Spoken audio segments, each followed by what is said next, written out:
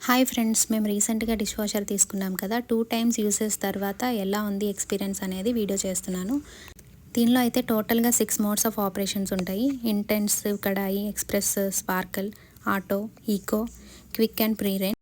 మనం వండుకున్న దీన్ని బట్టి ఏ ప్రోగ్రామ్ అయితే దానికి సూట్ అవుతుందో మనం అప్లై చేసుకోవాలి. సో నేను వాషింగ్ కోసం గిన్నెలని లోడ్ చేశాను. పాలగిన్నె అలాగే పెట్టాను, ప్రీ వాష్ అయితే చేయలేదు. రిమైనింగ్ కూడా నార్మల్గా పైన అంతా క్లీన్ చేసి పెట్టేశాను.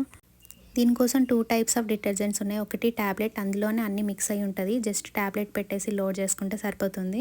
ట్యాబ్లెట్ వల్ల ఏంటంటే హాఫ్ లోడ్ చేసిన మొత్తం యూజ్ చేసుకుంటుంది, ఫుల్ లోడ్ చేసిన మొత్తం యూజ్ చేసుకుంటుంది. ఇంకా నార్మల్గా అయితే డిటర్జెంట్, సాల్ట్ అండ్ ఇంకొక లిక్విడ్ ఉంది. వాటి ప్లేస్లో అవన్నీ ఫిల్ చేసుకోవాలి. డిటర్జెంట్ అయితే హాఫ్ లోడ్ అయితే 1 స్పూన్, ఫుల్ లోడ్ అయితే 2 స్పూన్స్ వేయమని చెప్పారు.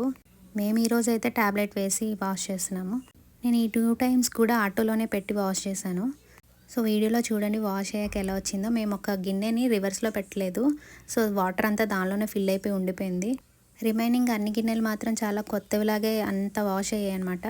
అయితే కుక్కర్కి వచ్చేసరికి ఫుడ్ స్టెయిన్స్ అంతా క్లీన్ అయింది, కానీ మసిలా ఉంటుంది కదా, అది మాత్రం పోలేదు లోపల.